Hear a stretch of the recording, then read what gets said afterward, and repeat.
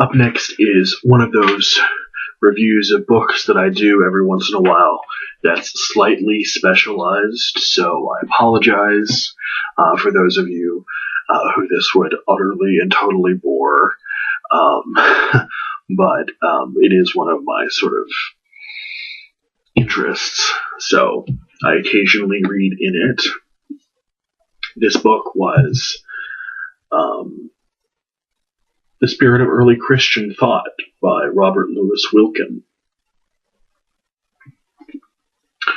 Anyone who has ever tried to dip their toes into the water of medieval theology can quickly be overwhelmed by its complexities and occasional rank obscurantism if you're not familiar with it. Wilcken, the author, much to his credit, knows his subjects so well that he can distill their most important ideas in historical context, which is especially important as this book covers a period where much of the known world begins as Roman and pagan and ends several centuries later, when the empire and its paganism were both gone. And it explains why they were important in the development of Christian intellectual history, all the while remaining extraordinarily accessible for the reader with really no formal knowledge of patristic theology, that is to say, early medieval theology. At the heart of this book are two major messages. First, to separate evidence and sensory knowledge from pure faith, very much a temptation for those of us who have been born since the Enlightenment, would have made no sense to the early church fathers. From the time of Origen and Tertullian, two of those church fathers, earthly evidence and divine faith were both seen as necessary and even to feed into one another. Thinking is part of believing and vice versa, right? Second, the series of practices that we recognize as early Christianity are undoubtedly social and communal in nature. Wilcken stresses over and over again that even the monks who lived in desert confinement for decade after decade still saw Christianity at its root as love for fellow man and community. The thinkers that Wilcken covers are all very, very, very important thinkers, not just in the history of the Christian tradition, but just important thinkers, period. Of course, if you were an important thinker for about 1,000 or 1,200 years, you were probably an important thinker about the Bible, because that just is what mattered most.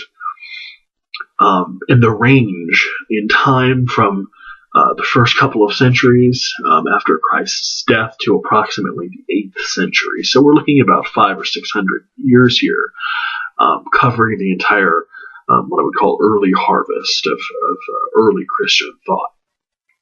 The most important among them would be thinkers like Justin Martyr, Origen, Clement of Alexandria and Cyril of Alexandria, Athanasius, Basil of Caesarea, Ambrose, who was, of course, St. Augustine's teacher, St. John Chrysostom, Gregory of Nyssa, and Maximus the Confessor, and perhaps the greatest mind the Church has ever known. I already mentioned his teacher, St. Augustine. To assist the reader who has minimal familiarity with this rich history of thought, Wilcken arranges his discussions topically with chapter names drawn from the appropriate epigrams which open each chapter.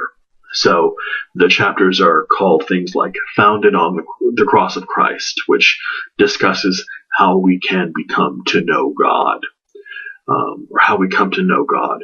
There's a chapter called An Awesome and Unbloody Sacrifice, which discusses worship and the sacraments, and another one called Seek His Face Always, which picks up on Trinitarian arguments. Trinitarian discussions, if you're familiar with the period and the topic, were sort of controversial for a long period of time. So Trinitarian discussions run throughout the book in several places. For me, the most fascinating chapters were on a couple of the first Christian poets, and another on the importance of the Bible and how the shape and texture of its writing so differed from Greek and Roman literature that it profoundly reconfigured the ideas of the early church fathers.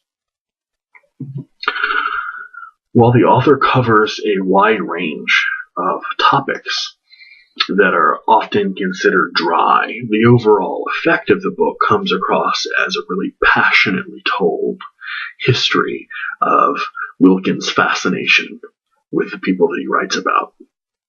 And that makes it exciting to read. Whenever the author is excited about writing, that makes the reader much more inclined to be excited as well.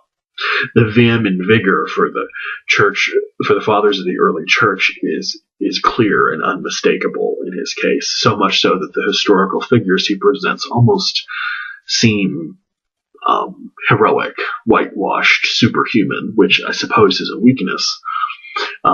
Wilken's orthodoxy perhaps results in a lack of thorough criticism on some points where that criticism would have been more welcome.